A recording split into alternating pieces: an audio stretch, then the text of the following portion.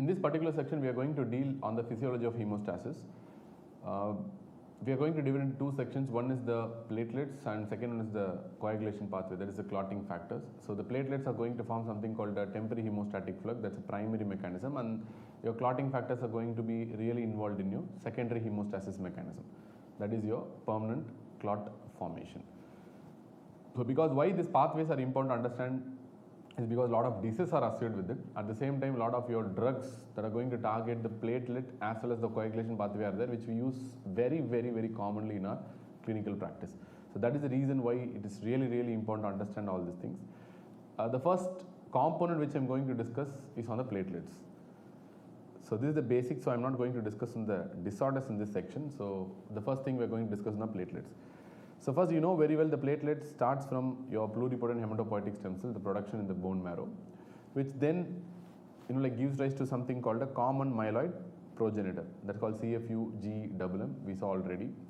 And from the common myeloid progenitor, you are going to get something called a megakaryoblast.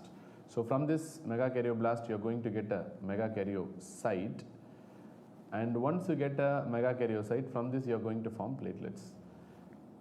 This is a very important number to know. A single megakaryocyte is going to give rise to almost 1000 to 5000 platelets. 1000 to 5000 platelets. A single megakaryocyte is going to give rise to 1000 to 5000 platelets. And the average time from a pluripotent hematopoietic stem cell to platelet production, the actual platelet production, is approximately 10 days. You're going to result. Now some books will tell you 7 to 10 days, but approximately you can take it as 10 days. That's the average time taken from a pluripotent hematopoietic stem cell to the production of the platelets. At the same time, you can see one important mechanism here, how platelets are produced. They are produced by a mechanism called something called endomitotic synchronous replication, nuclear replication. So this is the mechanism they are going to produce the platelets. So which means you can see very clearly here, the megakaryoblast and the megakaryocyte, they undergo nuclear replication but not nuclear division. I am not talking about division, these are nuclear replication. You can see the nucleus keeps on replicating, but there is no actual cytoplasmic or nuclear division. There is no nuclear or cytoplasmic division as such happening within the cell, but the nucleus alone keeps on, the DNA alone keeps on replicating over time, and they form a big chunk of nucleus, and which will be divided among the platelets, and they form the platelet. This is what we refer to something called endomitotic replication, and that's what happens in the platelet during the platelet production. And you can see by cytoplasmic granulation, and after that the cytoplasmic granulation will start. So they will produce all the granular enzymes, and again they will be shared. The cytoplasm also will be shared equally, and the platelets go out by something called budding process. So this is how platelets are generated. And how platelets are regulated. The second diagram will tell you how platelets are regulated. You can see obviously it's regulated with thrombopoietin, which is coming from the liver. It's very important because I told you almost all the growth factors for the hematopoietic stem cells are going to come from the bone marrow stromal cells, except two, being erythropoietin and thrombopoietin, where erythropoietin is going to come from the kidney and thrombopoietin is going to come from the liver. We discussed all these things in detail already. At the same time, you can see what happens once the platelets are getting aged. So here the platelets are aged. You can see here the platelets are aged. These are aged platelets. These aged platelets is going to lose the sialic acid. You can see a fresh platelet will have a sialic acid attached to it, but an aged platelet will lose the sialic acid, which actually has two impacts. One, an aged platelet will be cleared by the reticuloendothelial system, and second thing, these aged platelets that lose the sialic acid also becomes a nidus for attachment with the hepatic receptor called Ashwell-Morel receptor. This is a very important MCQ for the exam. The aged platelets that have lost the sialic acid is going to get attached with the receptor called Ashwell-Morel receptor. Apart from, they will be destroyed by RES, that is a separate mechanism, but how thrombopoietin is produced, that's what I'm going to see here. So the moment they attach to this Ashwell-Morel receptor, the JAK will be stimulated. So because of that, your thrombopoietin production will enhance.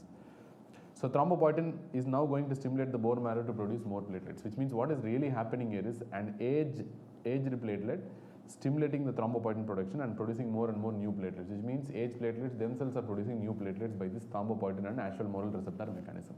That is what is happening in this particular process. So this is how platelets are regulated. I told you how thrombopoietin is regulated in the sense because platelets have something called CMPL receptors, which we have discussed already in our section on myeloproliferative disorders, I've explained this mechanism in detail.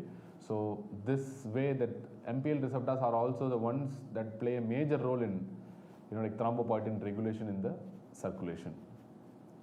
And mutations of MPL can result in myeloproliferative disorders. We saw also that. So it can result in, usually it will not result in polycythemia vera, but it might result in a primary myelofibrosis or essential thrombocythemia. So, but very small fraction. This is not that important mutation compared to JAK. Clear? So next thing what you are going to see is on the platelet structure. So let us see on the comment on the platelet structure. So platelet structure has a lot of components. To understand the components, we will see this particular image. So what all you are seeing is, the number one is the plasma membrane, and the plasma membrane you can see they form certain invaginations. They can form certain invaginations, and that invaginations are the ones that form a system called an open canalicula system. You know that very well. The plasma membrane contains a lot of platelet phospholipids. These are very, very important. These platelet phospholipids play a very, very important role in activating certain clotting factors. That's why these platelet phospholipids are there in the first place. They activate clotting factors. What are the clotting factors they activate? 10 and 2. I mean, 10 is a common pathway and 2 is a very, very important, that thrombin. 2 is a prothrombin. 2A means thrombin. Activated prothrombin is called thrombin. So to activate 10 to 10A, and to activate 2 to 2A, 2A means thrombin. So this is going to be of really a paramount importance, this platelet phospholipids, really, really, really important in this. So the next thing what we need to see is on the your surface glycoprotein. So we have a lot of surface glycoproteins which is not really mentioned here. You have glycocalyx only, but you have a lot of surface glycoproteins are there. Lot of surface glycoproteins are there. So what are the surface glycoproteins you have?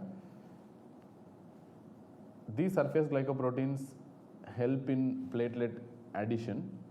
I mean, in a short while we'll be discussing on what you mean by addition and aggregation. So this will be useful in platelet addition, and this also will be useful in platelet aggregation.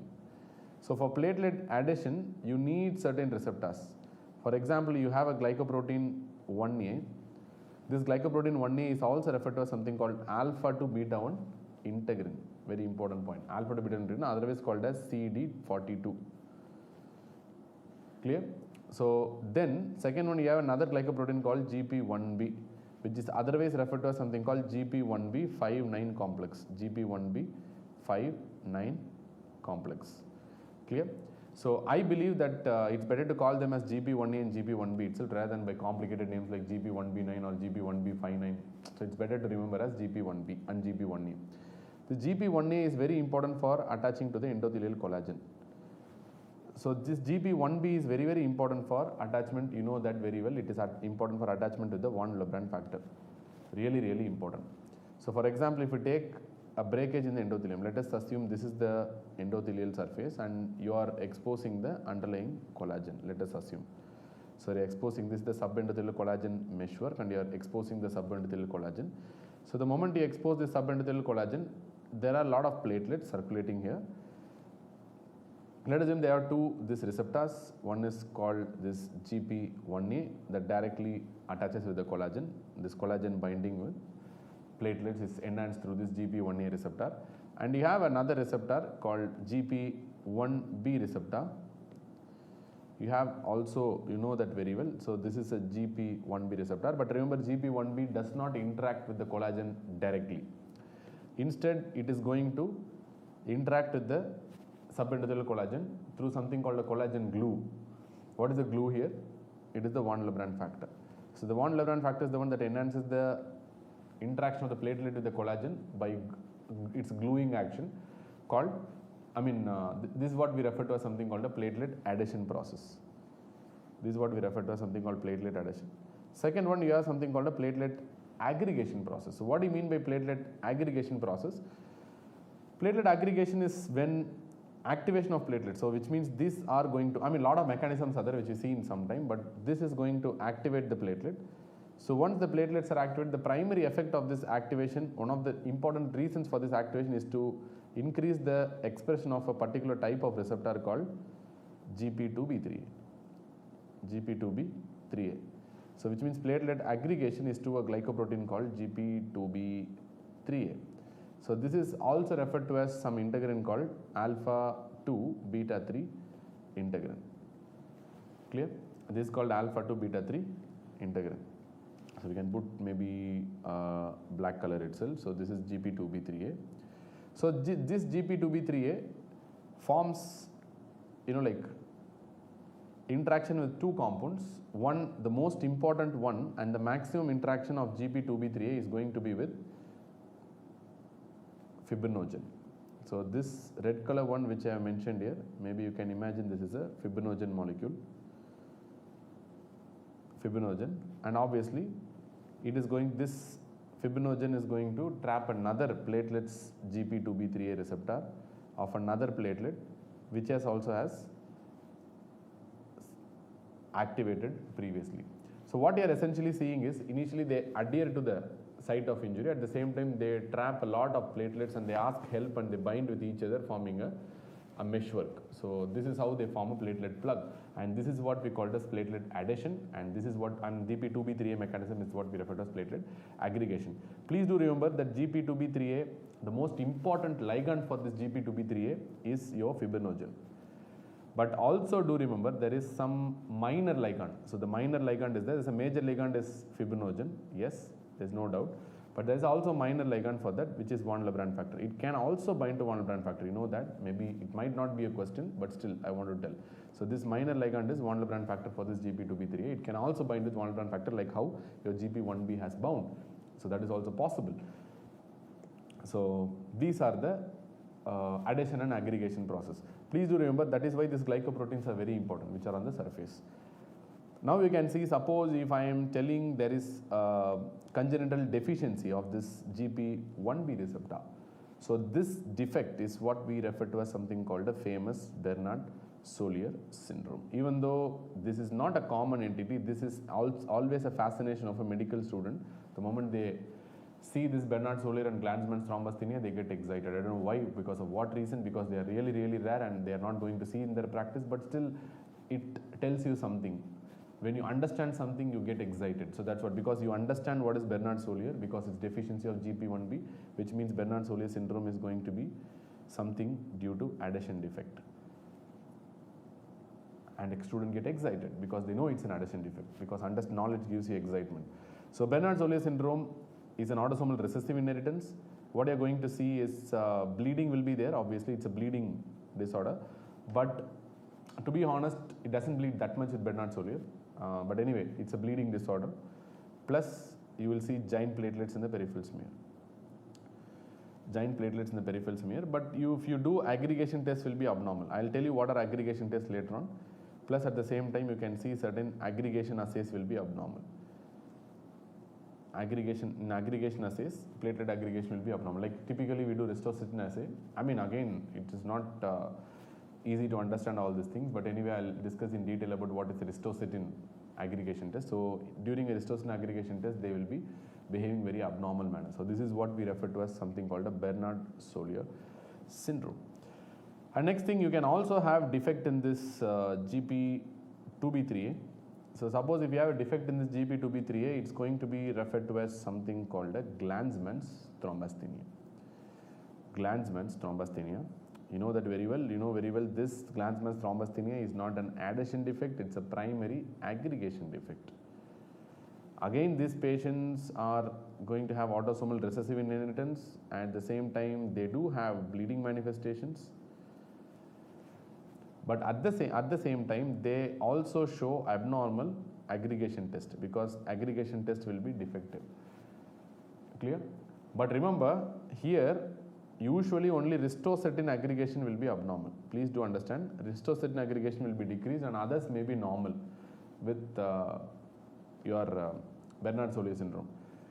But here, if you ask me, all aggregation tests will be abnormal, because for aggregation we don't only use ristocytin, we also use ADP, we use epinephrine, we use collagen, we use a whole lot of substances to cause aggregation in the practice. In your aggregometry, something called platelet aggregometry is there. In that technique we use a lot of aggregants, typically 5 aggregants we use. In that, one of the aggregants is ristocytin.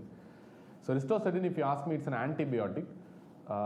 It is not anymore used for this antibiotic related purpose because of this property of platelet aggregation and causing thrombosis in the body. That's why we don't use this Ristostrin as an antibiotic anymore. But anyway, we can use this for our laboratory diagnostic purposes. Ristostrin is one of the aggregant, don't think it's the only aggregant. So here, what I'm trying to tell is all aggregation tests will be abnormal, but except Ristostrin. Ristostrin tends to be normal here. That's a major difference. So what is the major difference between Bernard-Sollier and Glanzmann's thrombasthenia? If somebody asks you, you can easily tell that Ristostrin aggregation is going to be abnormal in case of Bernard-Sollier, whereas it's going to be normal in case of a Glanzmann's thrombasthenia. At the same time, you can also see that the giant platelets is usually a feature of Bernard-Sollier and not usually a feature of a Glanzmann's thrombasthenia. Do you understand? Yeah. So why Ristostrin is causing only abnormal aggregation with Bernard-Sollier? Remember, Ristostrin is an antibiotic, GP1B, and it's going to increase the interaction of this GP1B receptor with the von Willebrand factor. So this is the von Willebrand factor and this is the endothelial collagen. So Ristostrin is the one thing that is going to stimulate this interaction by unknown mechanism. We really don't know. With so much of advances, we still don't know how Ristostrin does this. Ristostrin is the one thing that strengthens this interaction of GP1B, von Willebrand factor and collagen. This gluing effect will be enhanced, but it doesn't have that much effect on the 2B3A. Ristostrin doesn't work on the 2B3A. So that is the reason why, even though this is platelet adhesion only, but what Ristostrin does is enhances platelet adhesion, but in commercial practice we call it as platelet aggregation. All these tests are called as aggregometry tests. So let us leave, let us go on, stick on to the original things. So now you can see Ristostrin, since it strengthens the GP1B von Willebrand factor collagen interaction, deficiency of GP1B will affect Ristostrin for sure. There is no doubt about that. But deficiency of GP2B3A will not affect Ristostrin mediated aggregation. Clear? So because here in deficiency of GP2B3A, GP1B is normal. So it's normal interaction. So Ristostrin, its normal effect is actually found. So that is the reason why Ristostrin aggregation is reduced in case of a GP1B defect, whereas it's normal in case of a GP2B3A defect. That is Glanzmann's thrombasthenia. So this is all about the glycoproteins that you have to know. And next thing you can see the storage granules. The next thing we have to know is about the storage granules. There are storage granules are there. There are three types of storage granules. You can also see these are electron dense granules. That is why these are also called as dense or otherwise called as delta granules. And you have something called a specific granule, otherwise called as alpha granule. Then finally you have something called a lysosome. Where is that? This is the lysosome you have. You have three different types of granules are there, and the contents of the granules also are already told here. The most important content of the granules are ADP, calcium and serotonin. So these are the three major contents of the electron dense or delta granules, or we call it as dense granules also, whatever. So what are these components of the dense granules? Calcium, ADP and serotonin. Suppose if there is deficiency of dense granules, what do you call it as? This is what we refer to as something called delta storage pool disease. It's also bleeding disorder. Just the name is important. Deficiency of dense granules, we are going to call it as something called a delta storage pool disease.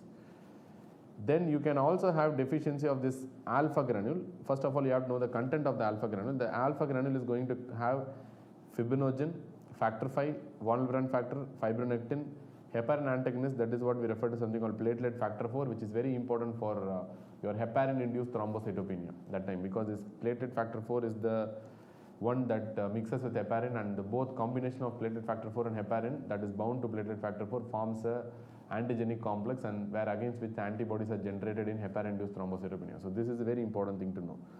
Platelet factor 4, PDGF, and a whole lot of other proteins are also there. Suppose if this specific granule, alpha granule, is deficient or defective, it's going to result in a bleeding disorder called gray platelet syndrome. Gray platelet syndrome. Again, it's an autosomal recessive disorder. Is due to something called GF, growth factor 11B gene. Is due to defective GF11B gene. At the same time, they are going to result in something called thrombocytopenia and bleeding. At the same time, they will also result in giant platelets in the peripheral smear. Giant platelets in the peripheral smear. Remember, it's a very important thing to understand one important thing.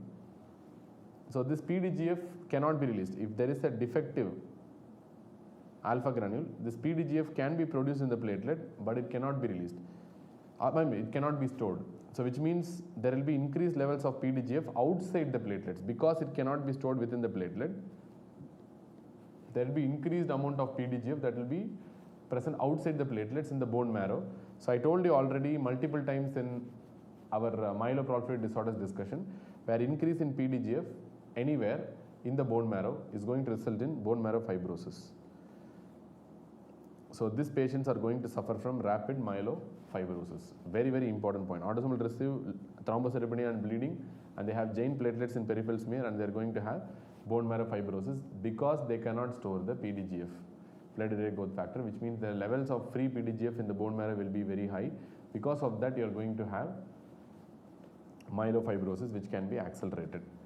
So how the granule contents are released? Whatever may be the granules, dense granules, alpha granules, or lysosomal enzymes, all are going to be released through this open canalicular system only. So this is how they are going to be released. Clear? So this is the mechanism of how you are going to have platelet adhesion. This is how you are going to have platelet aggregation, and this is the storage diseases which I told you. One is called delta storage pool disease and gray platelet syndrome. These are two storage pool disorders, and we have discussed about the adhesion and aggregation defects also, which is Bernard-Solier and your Glanzmann's thrombus. Remember, von Willebrand factor deficiency also will result in typically an adhesion defect only, but von Willebrand factor deficiency resulting in von Willebrand disease is a completely separate entity. You have so many different types of von Willebrand disease in the community, which we will discuss in a separate lecture, not in this. But anyways, so let us go for the platelet activation process. The next thing is the platelet activation process. How you are going to get platelet activation? So that's again very important process. You know very well platelets are very adhesive, like they are like a glue to the endothelium. But how can you avoid this glue from binding with the endothelium in the first sense? So you have, let us assume you have a endothelial cell which we can blow up and see. So let us assume these are the endothelium. My question will be very simple. You have a lot of platelets that are circulating, and at the same time you have, these are endothelial cells. These are endothelial cells, and these are the platelets. And what is going to prevent, there's a lot of chance that the platelet may adhere to the endothelium, or maybe even to themselves. But what is the one important thing that prevents this platelet from getting activated and from getting adhered to the endothelium? It's very simple. It's by selective activation of certain enzymes. It's called constitutive activation, selective activation of certain enzymes in certain places. For example, if you take an endothelial cell, a mechanism that is going to happen will be different, and if you're going to take a platelet, the mechanism that is going to be present is something different. So let us assume a COX pathway. So you have an arachidonic acid which is present in both endothelial cell as well as the platelets. So they are going to enter something called a COX pathway, and from the COX pathway they are going to form a lot of intermediate prostaglandins, which we'll discuss, maybe if there is time we'll discuss later on in detail about all these things, but they will form a lot of intermediate prostaglandins like PGH2, PGG2 and all these things, typically PGG2, that's what we call. So intermediate prostaglandins. From the intermediate prostaglandins you are going to form two other prostaglandins. One is called PGI2. This is called a prostacyclin. So this is called a prostacyclin. And you have another important prostaglandin that is called a thromboxane A2. So this is called thromboxane A2. So both are going to come from the same, but the effects of PGI2 and thromboxane A2 are completely different. For example, if you have a PG prostaglandin I2, prostacyclin, it is going to reduce platelet adhesion. At the same time, it is going to cause something called a vasodilation. But the effects of thromboxane A2 are completely different. For example, it's going to increase the platelet adhesion, it's going to increase the platelet adhesion, and it's going to produce vasoconstriction. It's going to produce something called a vasoconstriction. So the effects are something quite different, opposite. But how come is this happening in two different areas? For example, this enzyme is produced by something called prostaglandin I2 synthase, PGI2 synthase, and this is going to be produced by something called a thromboxane A2 synthase. Remember, this PGI2 synthase enzyme is the one that will be present in the endothelium, and it will be always be activated. Remember, this thromboxane A2 synthase enzyme is the one that will be typically constitutively activated in the platelets, and which means it will be activated only in the activated platelets, not in the baseline. So remember, there is always a ratio of PGI2 versus thromboxane A2. PGI2 versus thromboxane A2 that is maintained between the endothelium and the platelets. Usually the ratio will be more than 1, which means usually there will be very high levels of PGI2 in comparison to thromboxane A2. So that is the reason usually it is going towards, most of the time it's vasodilation, and most of the times they reduce the platelet adhesion, they inhibit the platelet adhesion. At the same time, one of the other important defense of the endothelium is nitric oxide, which also does the very, very similar function, because there is something called endogenous nitric oxide that is stimulated by the, that is produced by the endothelium, that also is going to produce same effect like reducing platelet adhesion and producing vasodilation. You know that. Suppose let us assume when there is an endothelial injury, there are two things that is happening.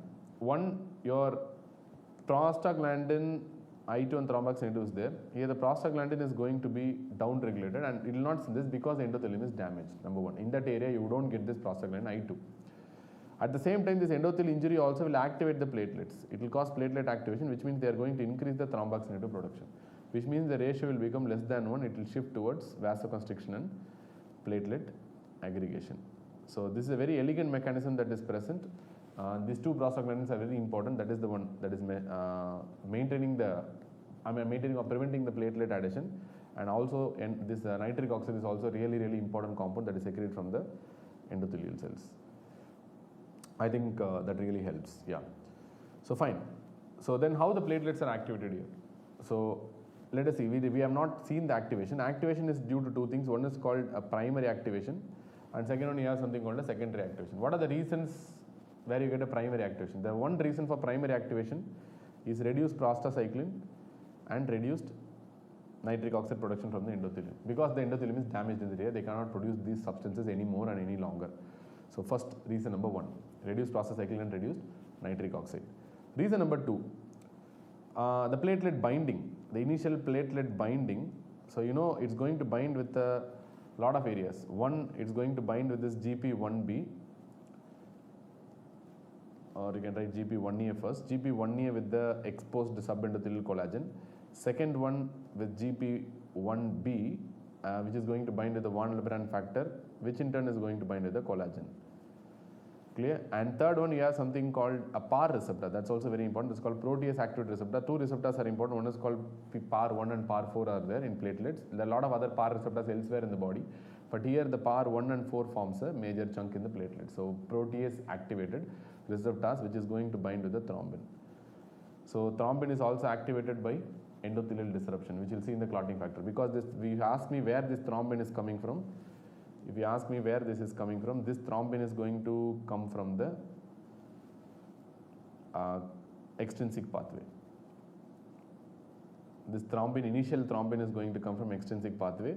Later, it will come from the intrinsic pathway, which we'll discuss in detail. Later is going to come from the intrinsic pathway. Initially, it will come from the extrinsic pathway. Later on, it will come from the intrinsic pathway, which means it's coming from the coagulation pathway.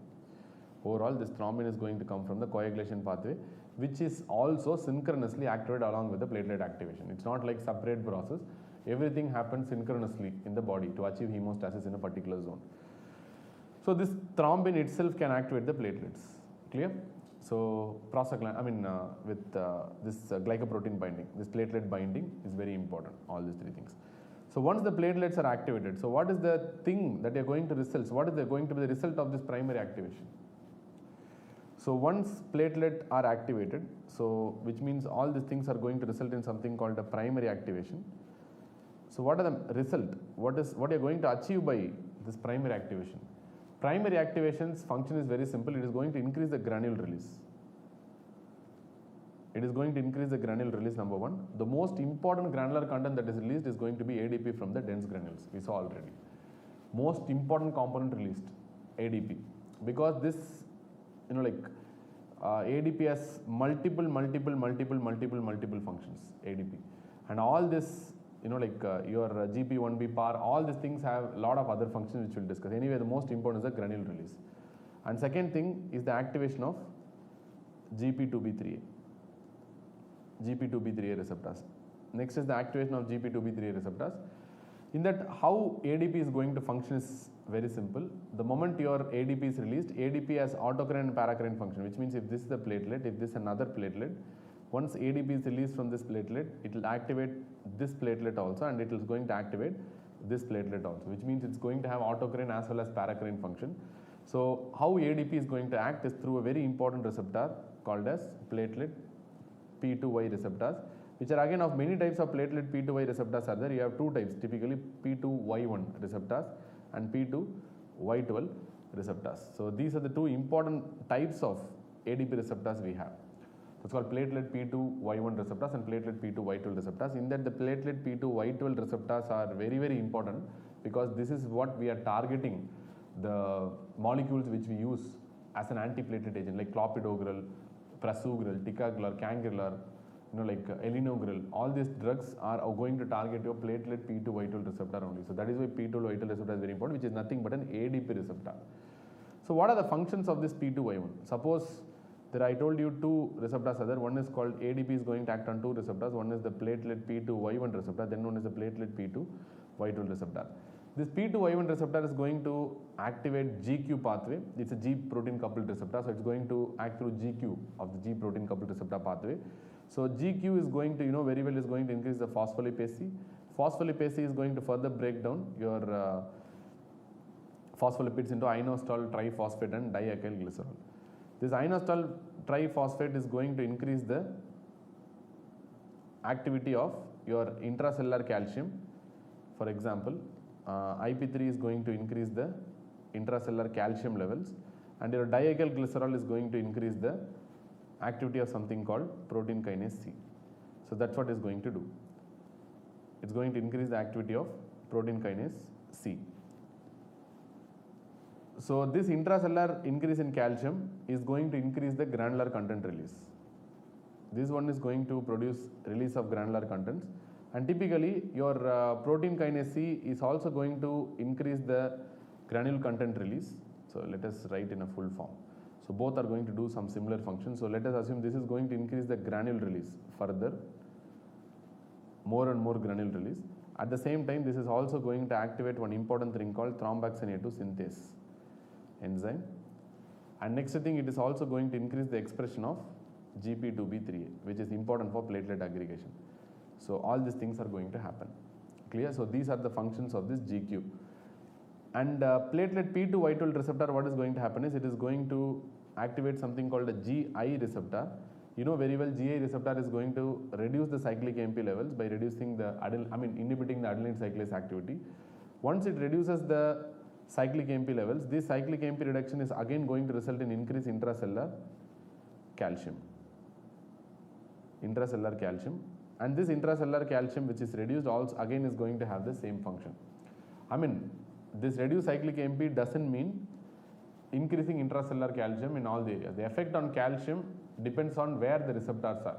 So in this area, like your increases with the intracellular calcium. It's not like GI means it will also always reduce the intracellular calcium. It can also increase the intracellular calcium like what you see in the platelet. So the effect may be different, but the mechanism is same, reduction of cyclic AMP, but you don't confuse with the calcium. So they increase the intracellular calcium, which means they are going to cause more and more granule release, activate thromboxane synthase, and they are also going to produce more and more GP2B3A. So this activation of thromboxane A2 is going to increase the thromboxane A2 levels. So this thromboxane A2 is a very, very important compound, and this is the one that is going to cause something called a secondary activation. This is what is going to cause something called a secondary activation. So primary activation I told you. So what is going to cause the primary activation? This reduction in the PGI2 and reduced NO levels is important for primary activation. At the same time, especially this platelet binding, especially the glycoprotein receptors that bind to the collagen, and the GP1B that binds to the von Willebrand factor, and also the PAR receptors that bind to thrombin. This is going to be the principal source of platelet activation primarily, and which is going to cause increased granular content release and increased expression of GP2B3A, which will be this granule content release and expression of GP2B3A will be further augmented by the release of ADP itself. More ADP is released, more and more granule content is released and more GP2B3A is activated and more ADP will be further released, and this is going to be a vicious cycle, and this is called a, this is the mechanism that is working here. And then I told you how ADP is working through all these mechanisms. So once ADP is working through all these mechanisms, finally, they are going to activate the thromboxane 2 synthase production. So once thromboxane 2 synthase produced, they are going to activate more and more thromboxane 2. More and more thromboxane 2 production is what we refer to as something called as secondary activation. Once platelets are activated for the second time by thromboxane 2, now this is going to act through again GQ receptor. This GQ receptor is going to activate phospholipase C, and phospholipase C is once again going to increase the inositol triphosphate and diacyl glycerol, and which will further going to potentiate the same granule release and again GP2B3A activation, GP2B3A activation and all this other stuff. So what is going to essentially going to happen is, initially this binding with the receptors by primary activation itself, you are causing excessive granule release and GP2B3A receptor activation. Second, by granule release you are releasing more ADP, and more ADP again causing this excessive granule release and your GP2B3A activation. And the third time again during secondary activation, what is going to happen is the thromboxane 2 again is causing more granule release and GP2B3A expression more and more. So which means it's getting augmented every step, and it's going to go like a vicious cycle unless and until that plug is sealed completely. So how beautiful mechanism is this? Unless until that area is sealed, you are continuously going on to activate the platelets, and they will become silent only when the defect is sealed. Till that they will be keeping on activated like a, like it's like an explosive growth, and is going to keep on getting activated. So let us put in a simple perspective, this might look a little bit complicated because I told a lot of mechanisms in this. Let us put into a simple perspective.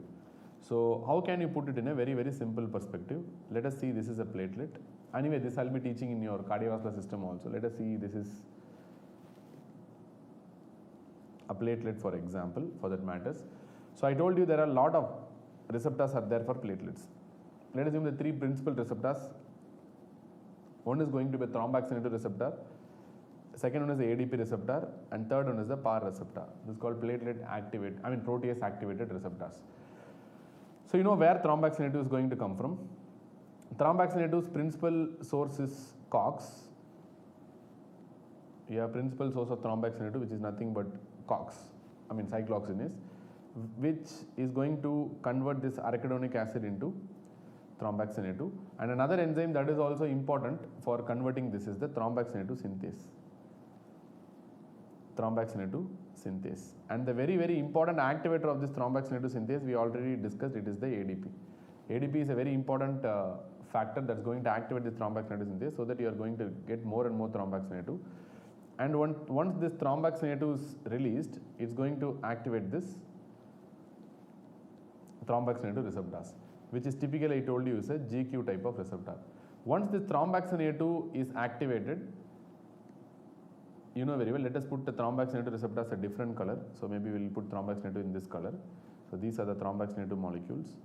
So this is the thromboxane 2 synthase. Let us put all these things in this color. So now what is really going to happen is, this thromboxane 2, I told you, is going to activate a very important type of, because they are going to increase the expression of a receptor called GP2B3A expression. They are going to increase this GP2B3A expression. Again, very important point. And how they do is through the phospholipase C mechanism. I told you phospholipase C activation of phospholipase C is going to increase the IP3 and DAG pathway. IP3 is going to increase intracellular calcium. DAG is going to activate the protein kinase C. All these things, again, it's going to cause more and more granule release and activation of GP2B3 receptor, which I'm not going to discuss. At the same time, let us put this ADP receptors here. You know how ADP is released? ADP is going to be released by binding with this GP1B and all these things. So this ADP, let us assume it's going to have an autocrine as well as paracrine action. Apart from activating thromboxane 2 synthase, they are also going to act on ADP receptor. One of the important functions of this ADP receptor, as I told you, is also to activate this GP2B3A receptor. So they are also going to activate the GP2B3A finally. And let us put the PAR receptors now. So PAR receptors is also a thrombin one. PAR receptor is going to be activated by thrombin, which is coming from the coagulation pathway. So I can tell this coming from the coagulation pathway. So now these PAR receptors are activated. I mean, typically 1 and 4 are there. Once again, you are going to result in the same process, that is activation of GP2B3. So which I can shade in green also. So all these three things you can say activation of ADP receptors. ADP receptors are nothing, isn't it? These are two types of receptors. One is called P2Y1 and P2Y12 receptors are there. Two receptors are there for ADP. So this is the receptor. Okay, so we can draw this blue color. This is the receptor P2Y1 and P2Y12 receptor, and again you are going to result in the same thing. And similarly, if you ask me, what happens if your GP1B and your GP2B, 1A, all these things are activated. Suppose if you are activating the platelet glycoprotein GP1A, and if you are going to activate the GP1B, if you are going to activate this GP1A, or if you are going to activate this GP1B, or if you are going to activate this GP6, or if you are going to activate GP1A, or if you are going to activate GP1B, remember this GP1B, 1A and 6, they are going to bind with the collagen binding, and GP1B is going to bind with the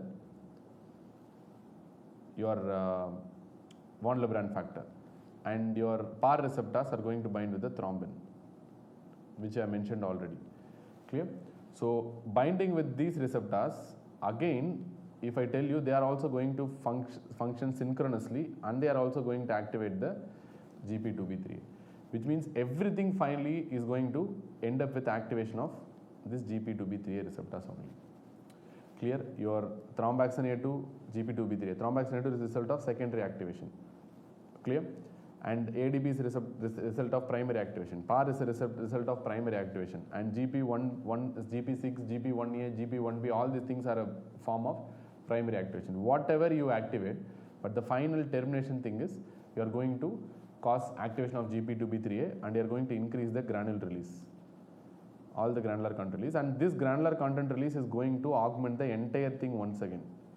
More and more augmentation will be there once your granules are released more and more. So it's not confusing, but one thing I wanted to know is thromboxane A2 receptor, ADP receptor, or PAR receptor, or activation of the glycoproteins, everything is going to result in one important single process called GP2B3A activation. At the same time, they are also going to increase the granule release more and more. So this is where our drugs target. For example, you can block this COX pathway, especially on the platelets COX pathway, by giving a very important drug called aspirin. Aspirin is a very important drug, and other NSAIDs also. Remember, aspirin is irreversible. Other NSAIDs tend to be reversible blockade. That's a very important difference. But anyway, aspirin is a very important compound that is even more selective for platelet COX, and it's going to reduce the production of this thromboxane A2 synthase, which means it is going to reduce the expression of this GP2B3, and it's going to reduce the granular content release. But what aspirin is doing more? In exam, if they ask you, aspirin is predominantly a granule release inhibitor compared to a GP2B3A expression inhibitor. Clear? Anyway, I'm not telling nothing. Your thromboxane A2 is again going to cause more and more GP2B3 activation, yes. But remember, aspirin is more of a granular content release inhibitor. That's actually a well-known fact, because this has been proven in multiple experiments. This is not something to be understood. This is proven by multiple experiments where aspirin predominantly causes reduction in the granular content, release of the granular contents. That's how aspirin works. Anyways, so aspirin is a very important platelet inhibitor. You know that, especially the aggregation process, not the adhesion process. They're going to inhibit, especially it's a granule release inhibitor. Clear? So then you have a lot of ADP receptor inhibitors. For example, you can block this ADP receptor as well. How can you block this ADP receptor? Is by blocking this P2Y12 receptor. That's why we don't have any inhibitors of P2Y1 as of now. So they are P2Y12 inhibitors which block the ADP receptors. These drugs are referred to something called a clopidogrel. Then you have something called a prasugrel. Then you have something called a ticagrelor. Then you have something called a cangrelor.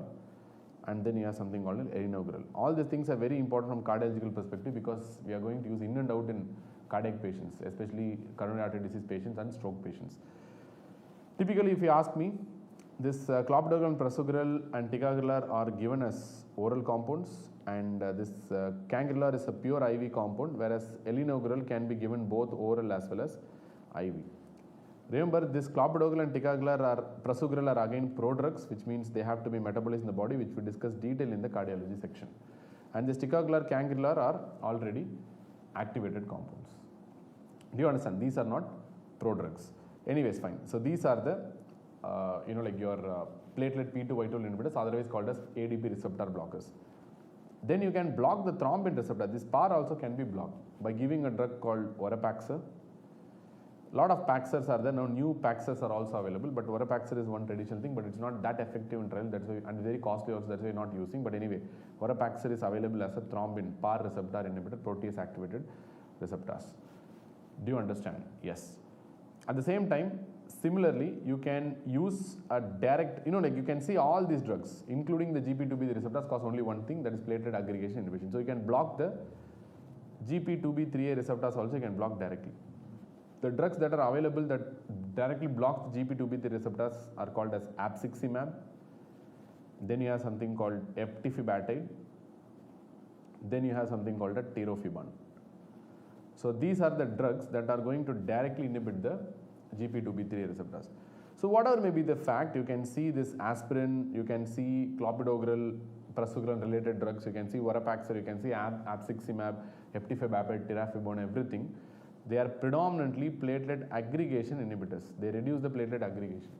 So they are not platelet adhesion inhibitors like a Bernard-Solé syndrome. They produce a picture similar to that caused by a platelet aggregation deficiency.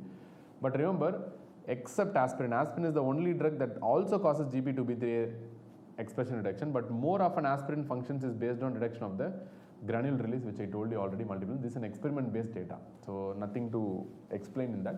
Aspirin more causes suffer, more of like is a granule release inhibitor rather than a GP2B3A expression inhibitor. But all the other drugs are going to primarily reduce the GP2B3A activity, expression of GP2B3A. So you can consider in a way these are all adhesion inhibitors. So what are the things that are irreversible and what are the drugs that are reversible blockers? If you see, aspirin is an irreversible blocker, clopidogrel is an irreversible blocker, prasugrel is an irreversible blocker, and your abciximab is also an irreversible blocker. Clear? So these are the irreversible blockers. Remaining all the drugs are reversible, which I can put in green. So your ticagrelor reversible, cangrelor reversible, elinogrel reversible, then your Vorapaxar reversible, then eptifibatide reversible, and tirofiban also reversible blocker. So all these are reversible blockers of platelet aggregation, but remaining everything is irreversible blocker. So similarly, I told you all are oral drugs. Remember here, if you see this GP2B3 inhibitors, this I didn't tell you, all these are IV drugs. This cannot be given orally. So if they ask you what are the oral drugs, you can tell aspirin obviously is an oral drug. Other NSAIDs are also oral, but we don't use those for this purpose. Aspirin, clopidogrel, prasugrel, ticagrelor, and these are the four, and Vorapaxar. These are the major oral drugs, and elinogrel can be used both oral as well as IV. That also is very important to understand. So I told you everything about the platelet inhibitors that you are going to see in your general practice, and very commonly that you are going to use this drug somewhere in your lifetime. So let us see. So now we have seen the platelet activation process. Even though it looks a little different, it's very elegant and very simple. It's like a cascade, which is one is going to keep on activating the same thing like a positive feedback mechanism again and again. So this is the one thing that works. I mean, as I told you, this also can be regarded as one of the critical examples of a positive feedback, the coagulation cascade and platelet activation. The hemostasis mechanism itself works on the basis of positive feedback loop only. Anyways, so what are the normal platelets? Normal platelet levels is 1.5 to 4 lakhs per millimeter cube. So you can remember like this, 1.5 to 4 lakhs. So whenever it is less than 1.5 lakhs, you are going to call it as thrombocytopenia, which has its own causes. Lot of causes are there, which we'll discuss separately in platelet disorder section. And anything more than 4 lakhs per millimeter cube, we are going to call it as a thrombocytosis. Whenever you have a thrombocytosis, you have to tell some important causes. Let us give importance to the exams. Number one is iron deficiency. Always think about iron deficiency all the time. Then it can see in hemolytic anemias, thrombocytosis as a reactive proliferation. That's it. Hemolytic anemias. And obviously after post-splenectomy you can see. Obviously spleen is the one thing that sequesters almost 1/3 of the platelets that are present in your body normally. So when you don't have spleen, they circulate more and you're going to result in thrombocytosis. And lot of cancers and malignancies can produce thrombocytosis. Typical critical example maybe in CML, typically in chronic phase. This is what they'll ask you in exam because it's an exam topic. CML in chronic phase, thrombocytosis. I told you when they go for accelerated phase, they go for thrombocytopenia, not cytosis. So cytosis is a feature of CML in chronic phase. And you can see in essential thrombocythemia, which is also myeloproliferative disorder, plus other myeloproliferative disorders also you can see thrombocytosis like polycythemia vera also. Then you can see in pre-PMF phase, again this is a myeloproliferative disorders only. Pre-PMF phase you will see thrombocytosis typically. Clear? Pre-PMF means pre-primary myelofibrosis stage of a primary myelofibrosis, which I have seen already. And next thing, you can also see this in 5q deletion. I told you very important point. In 5q deletion also you can see thrombocytosis. You will have anemia as a cytopenia, but thrombocytosis is one of the important things. This 5q deletion type of myelodysplastic syndrome is prone to produce thrombocytosis. This is very important for exams. Very, very, very, very important. Apart from this iron deficiency, this is really, really important. I don't know how much to emphasize.